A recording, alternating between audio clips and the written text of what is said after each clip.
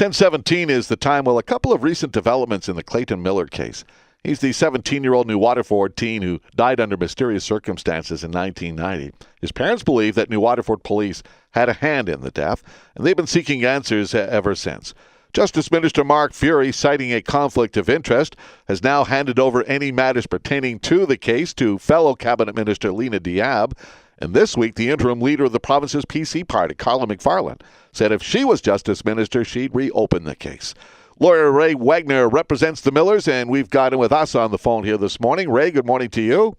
Good morning, Rick. How are you this morning? I'm doing well. Yourself? Oh, very well, thank you. Good. You've written letters now to Lena Diab asking for a meeting, and also to the interim director of the Serious Incident Response Team, John Scott, also asking for a meeting. What's that all about? Yeah, so the first meeting with Minister Diab, our intention is to address the official story and to show that there are alternative facts that exist here that actually make that story basically unbelievable. And in our view, it is time for us to express the full evidence that we have to Justice Diab, so she understands what other evidence is out there and what has not been looked at by any of the investigations that have taken place to date. A lot of that information has been generated as a result of the years that we and others have been spending in terms of collecting information, talking to witnesses, verifying information that was already known. And we feel that there's a very compelling story. And we have a narrative, a timeline that starts from the time before Clayton's unfortunate death up to now in terms of describing all those events. And when you read that, it is very compelling. Yeah, and Mark Fury's decision to step aside because of this conflict of interest. I understand his father was an RCMP investigator back when Clayton died back in 1990 and had a role in the case. Carla McFarlane, as I mentioned, said that if she was the Justice Minister, she reopened the case. But she also said that Fury has made the right decision, but she says, why now? Why not sooner? What do you say to that? Well, in terms of the replacement of Minister Fury? Yeah.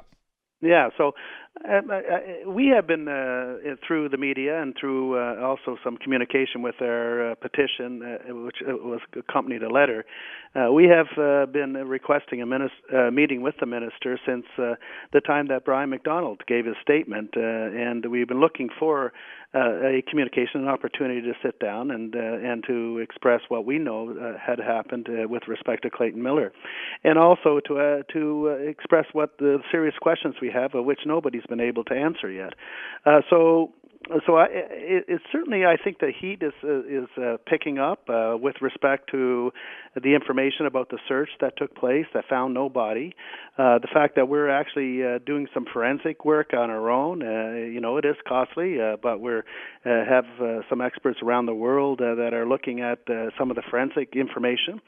We are also baffled by the long list of information that we have requested that nobody seems to want to give to us. I have a list of about 15 items, including everything from pictures of the nests that were taken on May 6th, videos, the autopsies and the re-autopsy, tissue blocks, x-rays, etc., copies of digital audio tapes of a meeting that we had with CERT and the medical examiner. They won't even provide a copy of that tape on the basis that it contains third-party information.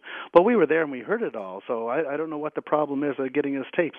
So every time that we develop, we actually gaining some information, we provide it to the public and to anybody that's willing to listen. But we also want to know where all this forensic information is, because we have some experts that are looking to look at it and to give us their expert opinion. Ron MacDonald, the previous director of CERT, now out in BC, has insisted on a couple of occasions that the case is closed, that they've done the reviews, that there's no evidence to back up what you and the Millers are saying, and that at least, 3 different reviews of the case have come to the same conclusion. But we've now got, as I mentioned, a new interim director of CERT, to John Scott. Now, when I talked to John just after he was named interim director, I asked him about the Miller case, and he didn't want to say much about it because he really wasn't aware of the details of the case. He's had plenty of time now to sit down and review it, so why do you want to meet with John Scott? Well, for a number of reasons. One is why didn't CERT interview the witnesses that we provided to CERT that had valuable and important information to provide to it?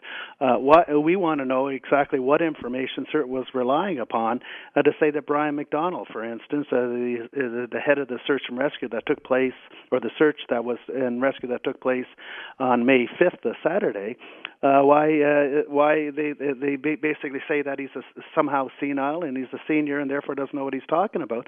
We want to know what information they base that upon, and they didn't even go to talk to Mr. McDonald. So how can you say those things without you knowing the individual and hearing what he has to say? We did it on two separate occasions, interviews that lasted well over an hour, and between the two interviews they were entirely consistent, and which compelled us to release that information. So we don't know what they relied upon. It seems that they didn't rely upon the witnesses that we provided. They didn't want to review it in the context of some very serious information with respect to a search in exactly that location on Saturday. Remember, Clayton disappeared on Friday. He was found on Sunday, and in that exact location, he said that his team did a search. And besides that, we had 4 other individuals that said that they were by there, so some walking along the brook, and said that they couldn't see Clayton on that Saturday. So there's a mountain of information that's there that, for some reason, they don't want to consider. So we want to know what they considered. Give us that information so that we can digest it. Maybe we're wrong. Okay, we're willing and open to listen to any information that will assist in this to a conclusion. But others on the other side don't seem to want to hear from what we have to say and the information that we have. Have you had a response from either Scott or Lena Diab yet? Not yet, and I wouldn't expect within a day or two that they would respond. I would hope by next week that they will. John Scott is a very experienced prosecutor. He's well respected. I'm hopeful that he'll give it due consideration and will sit down and meet with us, and then listen to what we have to say, and listen to the witnesses that we have that support our narrative of the case. Well, it's been 27, 28 years now since Clayton's death. And even if there was another review, I mean, some witnesses would be long gone by now, some testimony perhaps lost in the records. Are you fighting obviously you're fighting an uphill battle, but is it a lost cause, do you think, Ray? No, I don't think it's a lost cause. I mean, the Miller family have been fighting this from the very start. They have not had any satisfaction. They haven't had people in their corner looking at the information that they have. They have great resolve, and those people that have looked at it, Steve McNerney, for instance, has come in and done a fantastic job in terms of putting all the information and bringing out all the inconsistencies.